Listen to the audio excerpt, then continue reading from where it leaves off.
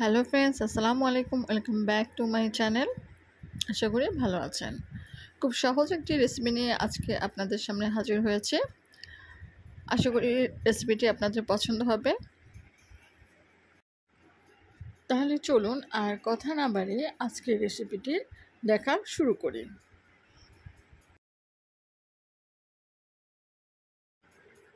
রেসিপিটি শুরু করার জন্য প্রথমেই গ্যাসের উপর বসিয়ে দিয়েছি একটি প্যান, আর তাতে দিলাম পরিমাণ মতো সয়াবিন তেল। তেল সামান্য গরম হলে তাতে দিলাম পেঁয়াজ কুচি। এখানে একটি পেঁয়াজ কুচি করে নিয়েছি, রসুন কুচি নিয়েছি 3-4 কোয়া, কাঁচামরিচ নিয়েছি 5 থেকে 6টি। কাঁচামরিচ আমি ফালি করে নিয়েছি। এবার সব কিছু ভালো করে তেলে ভেজে নিব।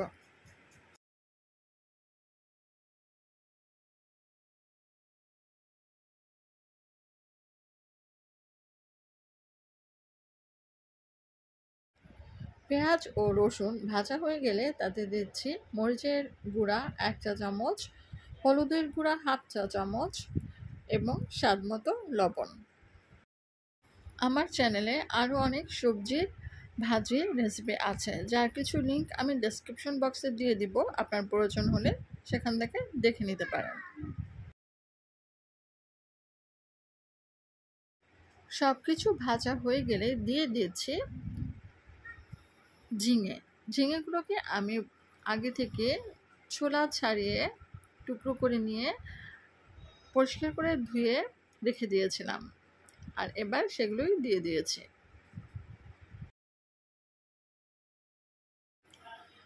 এবার ঝিঙের সাথে মশলাগুলোকে ভালো করে মিশিয়ে নিচ্ছে। ঝিঙে ভাজি করার সময় আলাদাভাবে পানি দেওয়ার কোনো প্রয়োজন নেই, কেননা ঝিঙে জাল দেবার সময় ঝিঙের গা থেকে প্রচুর পরিমাণে পানি বের হয়, আর ওই পানিতে ঝিঙে সিদ্ধ হয়ে যায়।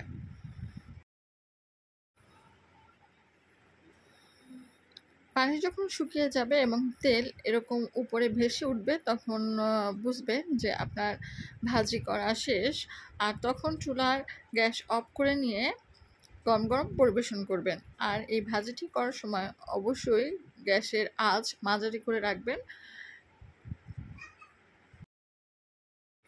ঝিঙে ভাজি সুন্দরভাবে সিদ্ধ হয়ে গিয়েছে এবং পানিও টেনে গিয়েছে। এবার আমি আপনাদের পরিবেশন করে দেখালাম।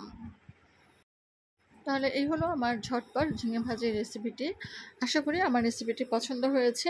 আর এরকম ঝটপট রেসিপি পেতে চাইলে আমার ইউটিউব চ্যানেলটি সাবস্ক্রাইব করবেন এবং ফেসবুক পেজটি লাইক দিয়ে সাথে থাকবেন। আজকের মতো বিদায় নিচ্ছি। আল্লাহ হাফেজ।